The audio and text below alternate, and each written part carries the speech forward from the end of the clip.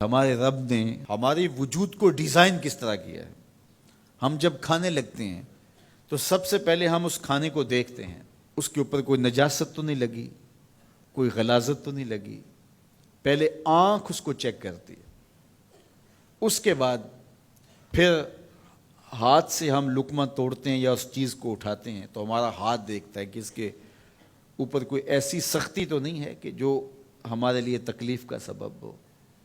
پھر مالک نے ہماری ناک کو ہمارے منہ کے قریب رکھا ہے، ہماری آنکھیں دیکھتی ہیں، سونگتی نہیں ہیں، ہمارا ہاتھ پکڑ کے محسوس کرتا ہے لیکن سونگتا نہیں ہے۔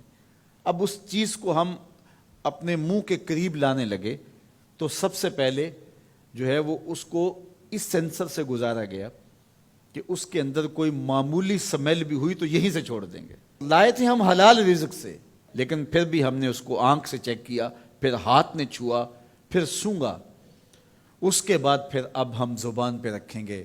اب ہمارے رب نے زبان کو 3 حصوں میں تقسیم کیا ہے۔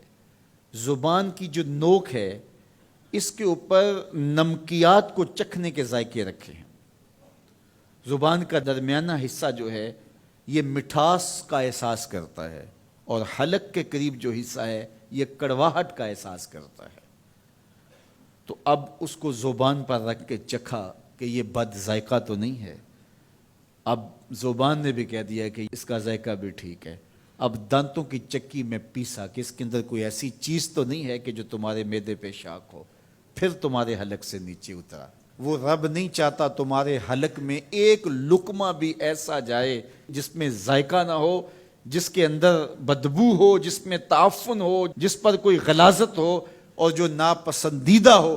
تمہارا رب چاہتا ہے تم طیب لو، ستھرا لو، تاکہ تمہارا ظاہر بھی ستھرا ہے، تمہارے وجود کا حصہ بننے والی غذا جو ہے وہ بھی پاک اور ستھری ہو۔ تمہارا رب تمہیں صاف دیکھنا چاہتا ہے، صاف رکھنا چاہتا ہے۔ یہ تمہارے لیے اس رب کی تلقین ہے کہ تم صاف رہو۔ جو کھانے کا وضو ہے وہ ہاتھ دھونا ہے اور کلی کرنا ہے۔ جب تم کھانا کھانے لگو تو ہاتھ دھو لو اور اس کے بعد کلی کرو، اور اس کے بعد کھانا شروع کرو، اور کھانے کے بعد پھر دوبارہ کلی کرو۔ اور ہمیں بار بار مسواک کرنے کی تلقین کی گئی۔ مسواک منہ کو صاف کرتی ہے اور رب کو راضی رکھتی ہے۔ میں نے کہا کہ جب بچہ پیدا ہوتا ہے تو اس وقت اس کو غسل دیا جاتا ہے، اور جب جنازہ اٹھتا ہے تو اس سے قبل بھی اس کو غسل دیا جاتا ہے۔ غسل سے کہانی شروع ہو کے غسل پہ ختم ہوتی ہے، اور ادھر صفائی اور ستھرائی کی کہانی یہ ہے کہ جب تک بچہ اپنے دانت صاف کرنے کی اہلیت نہیں رکھتا اتنی دیر تک دانت ہی نہیں اگتے، اس لیے کہ اب یہ صاف نہیں کر پاتا، اور جب وہ صاف کر پائے گا تو پھر دانت اگنا شروع ہوں گے، اور پھر ان دانتوں کو ہر لحاظ سے صاف رکھے، ان کو ستھرا رکھے۔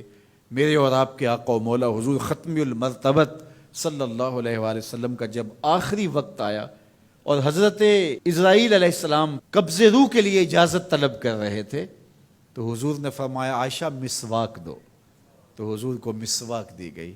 نکاحت تھی، کمزوری تھی، اور مسواک سخت تھی، تو حضور نے ارشاد فرمایا عائشہ اس کو چبا کے دو۔ تو ام المومنین سیدہ عائشہ رضی اللہ تعالیٰ عنہ فرماتی ہیں میں خوش قسمت ہوں کہ آخری لمحات میں میرا لعاب اور حضور کا لعاب مل گیا۔ تو انہوں نے چبا کے نرم کر کے حضور کو مسواک دی، اور حضور نے اس آخری وقت میں جب انتہائی نکاحت اور کمزوری تھی مسواک کی کہ میں اپنے رب کے حضور حاضر ہو رہا ہوں۔ تو ہمارے دین نے ہمیں یہ تلقین کی ہے کہ تم اپنے آپ کو بھی صاف رکھو، اپنے وجود کو بھی صاف رکھو، اپنے بالوں کو بھی صاف رکھو، اپنے لباس کو بھی صاف رکھو، لیکن پھر اس پہ اکتفا نہیں ہے، جہاں تم رہتے ہو اس جگہ کو بھی تم صاف رکھو، اپنے اطراف کے ماحول کو بھی صاف رکھو، اپنے گھر کو بھی صاف رکھو، اور اپنی گلی کو اور اپنے محلے کی صفائی کا اہتمام کرو۔